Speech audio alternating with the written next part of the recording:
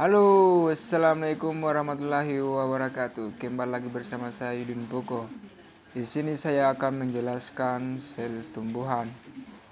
Sebelum lanjut ke materi, silakan like dan subscribe. Sebelum saya mulai, silakan konsentrasi ya.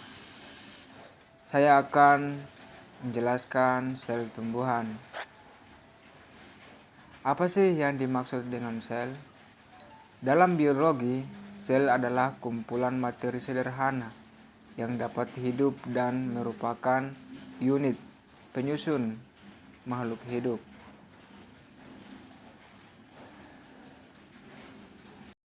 Oke, langsung saja masuk ke bagian-bagian sel tumbuhan. Yang pertama, nukleus. Nukleus atau inti sel yaitu organel sel yang sangat unik dan penting yang berfungsi sebagai tempat utama sel untuk menyimpan kromosom atau komponen genetik dari sel tertentu. Nukleus juga mempunyai fungsi mengkoordinasi proses metabolisme, contohnya seperti pembelahan sel, pertumbuhan sel, dan sintesis protein. Inti dan isinya disebut Selanjutnya yaitu plastida atau kloroplas. Plastida atau kloroplas merupakan istilah kolektif untuk organel yang berhubungan untuk membawa pigmen. Kloroplas mempunyai bentuk yang sangat menonjol dari plastisida yang memiliki kandungan pigmen klorofil hijau. Karena terdapat plastisida atau kloroplas yang mengandung klorofil hijau, maka tumbuhan mampu menjalani fotosintesis dengan baik dengan adanya air, sinar matahari, dan karbon dioksida. Berikutnya adalah ribosom. Ribosom merupakan organel sel yang bentuknya kecil, yaitu merupakan butiran nukleoprotein. Ribosom berfungsi memproduksi dan mensintesis zat protein yang ada dalam sel.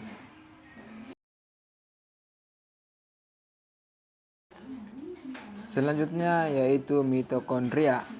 Mitokondria merupakan organel yang berbentuk bulat batang yang ada di dalam sitoplasma sel tumbuhan.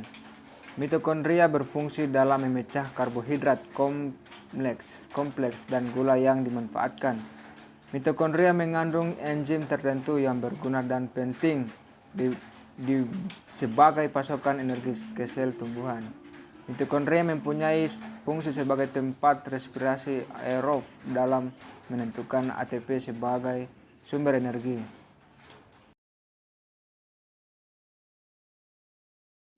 Selanjutnya adalah badan Golgi. Badan Golgi atau aparatus Golgi terdiri dari kumpulan vesikel pipih yang memiliki bentuk sisternae, berkelok-kelok atau berbentuk kantong pipih. Badan Golgi yang terletak di dalam sel tumbuhan disebut diktiosom.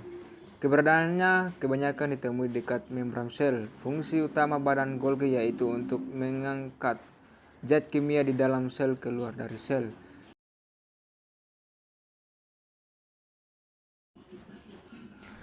Berikutnya yaitu retikulum endoplasma. Retikulum endoplasma merupakan organel penghubung antara inti nukleus dengan sitoplasma di dalam sel tumbuhan. Pada dasarnya merupakan jaringan interkoneksi. Retikulum endoplasma mempunyai kantong yang berbelit-belit. Retikulum endoplasma terbagi atas dua jenis, yaitu retikulum endoplasma kasar dan retikulum endoplasma halus.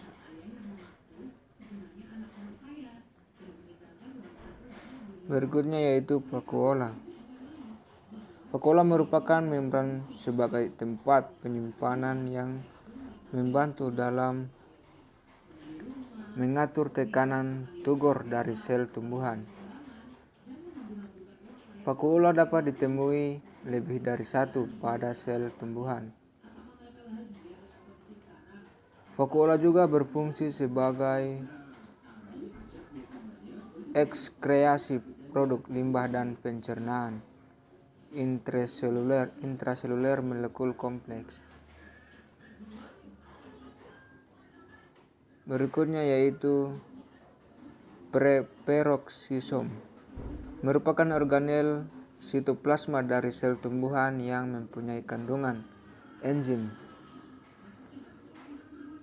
oksidatif tertentu. Enzim ini digunakan dalam pemecahan metabolisme asam lemak menjadi gula sederhana. Fungsi peroksisom adalah memecahkan asam lemak menjadi gula